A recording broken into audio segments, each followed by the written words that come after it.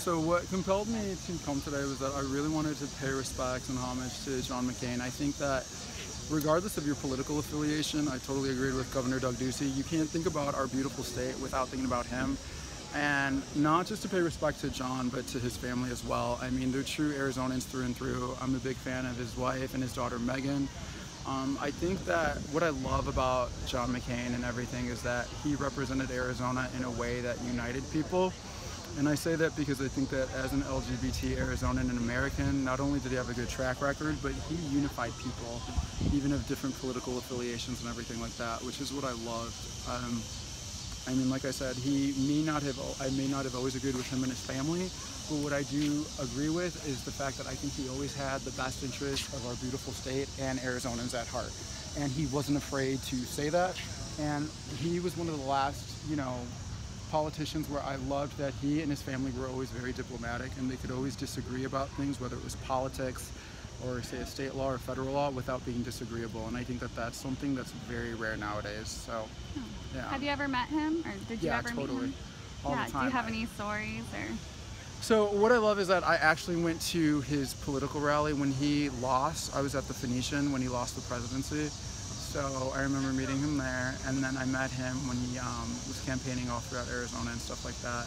And I mean, being the fact that, like I said, I may not be of his same political party, but I always did vote for him to represent our state because, like I said, I thought that he was nobody better than to have him represent us in Arizona. Because, like I said, he always had our best interests at heart. And I love him and our family, and I'm truly sad today. So. Yeah.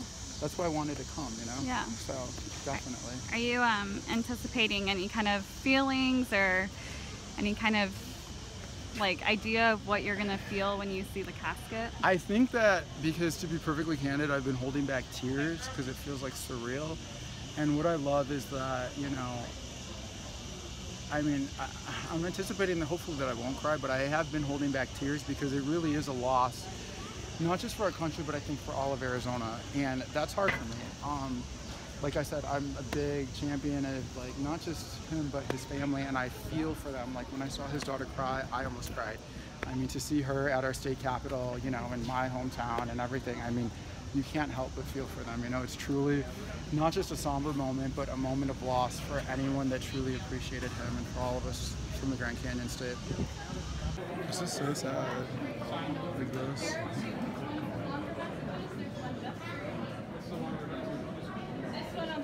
So you just went to pay your respects to Senator McCain.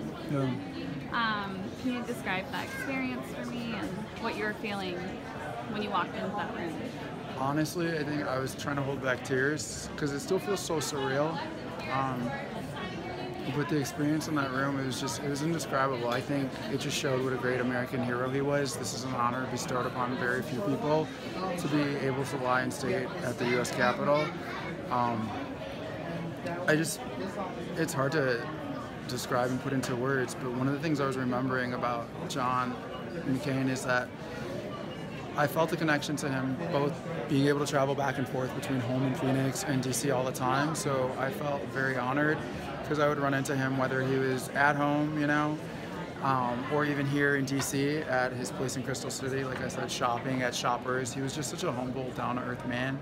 And he represented Arizona so well because he knew that we were such a diverse state. We have a great, Native American population, a huge Latino population. We have a great population of snowbirds. But what I liked is that no matter what he did, he never forgot his primary purpose for being here in DC in this building today, which was to represent us and our best interests. And I don't know, I feel like all Arizonans, you feel this void because he's just gone, and it doesn't.